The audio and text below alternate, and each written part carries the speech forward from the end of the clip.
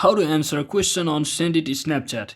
So hello guys, welcome back to my YouTube channel. In this video I'll be showing you how to answer a question on Sendit Snapchat. So first thing, just head over to your Sendit Snapchat application, and once you open it you'll be basically getting this screen, and now you just have to click on this share button over here, and which will automatically take you to your Snapchat application.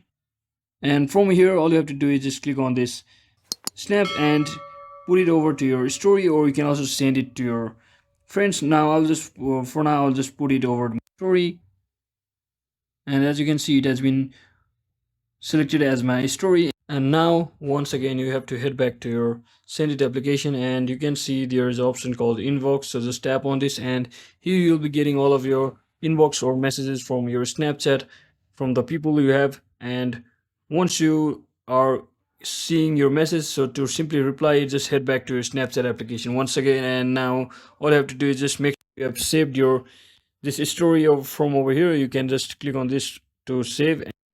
Once you save it, now all you have to do is just click on that particular snap, and now just click on this text button over here and just add your response to over here. And once you add a response, you can simply send it to your story once again, or send it to the people who had reply to your story.